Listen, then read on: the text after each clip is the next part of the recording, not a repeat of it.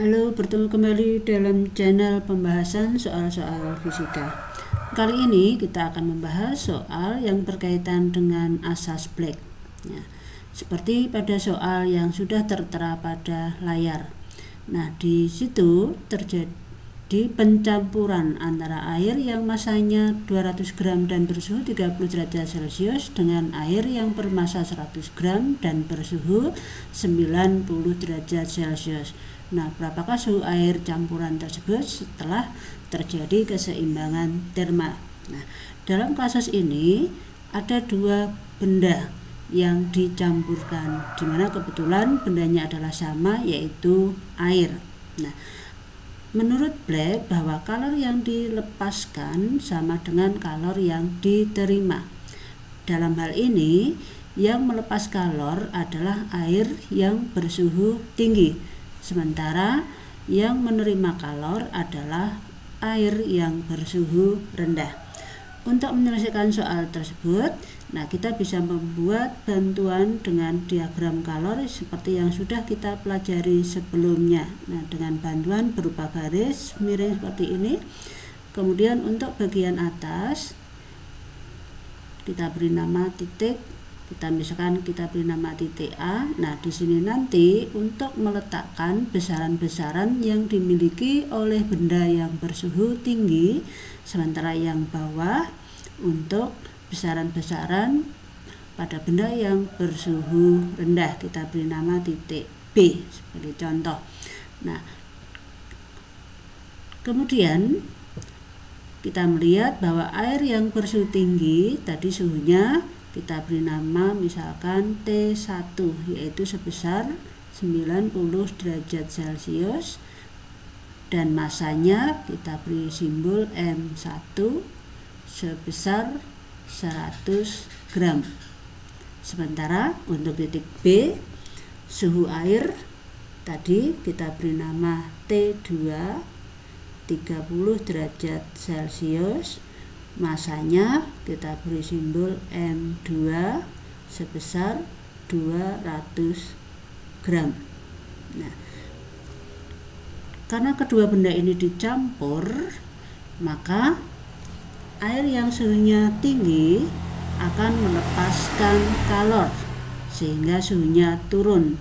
Nah, suhunya turun kita gambar dengan anak panah yang turun. Ya, misalkan karena suhunya turun nanti menjadi TC misalnya, karena keseimbangan termalnya misalkan di titik C ini. Ya. Sementara air yang suhunya 30 karena mendapat kalor maka suhunya akan naik menjadi lebih besar dari 30 dan berubah misalkan menjadi TC sekarang. Ya. Nah, di sini suhunya naik.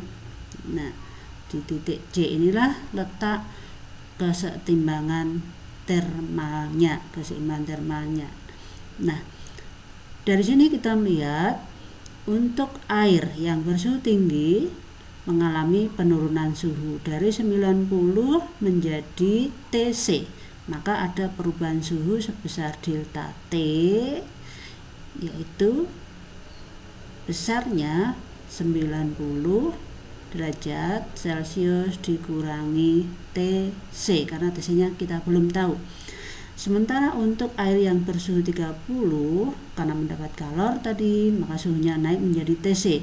Di sini juga terjadi perubahan suhu delta T, ya, sebesar TC dikurangi 30 derajat Celcius karena TC nya belum tahu.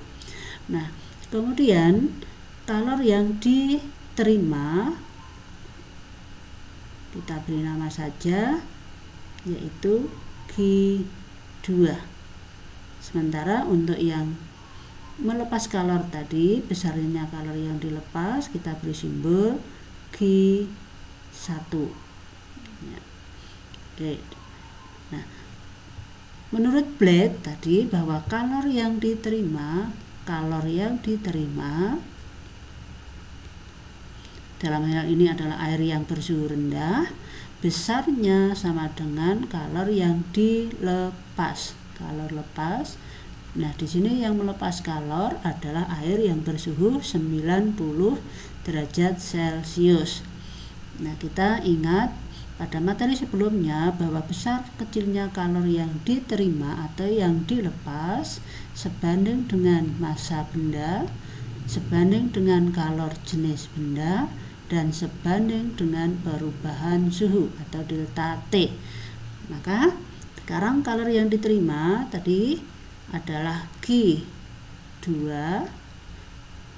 kalor yang dilepas kita misalkan tadi Q1.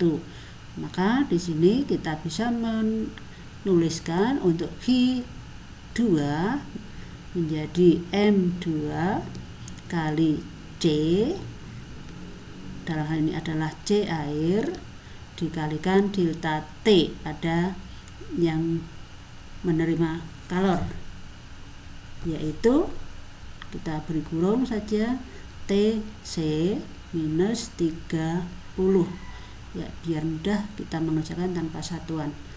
Sementara untuk kalor yang dilepas Q1 berarti di sini adalah M1 dikalikan kalor jenis, dalam hal ini adalah air, kita ganti maaf. Untuk Q1 tadi adalah M1 kemudian dikalikan kalor jenis, dalam hal ini adalah air Ca, kemudian delta T nya yaitu 90 dikurangi TC ya, dikurung. Oke, kita lanjut, kita tulis dulu tanda sama dengannya biar terus sama.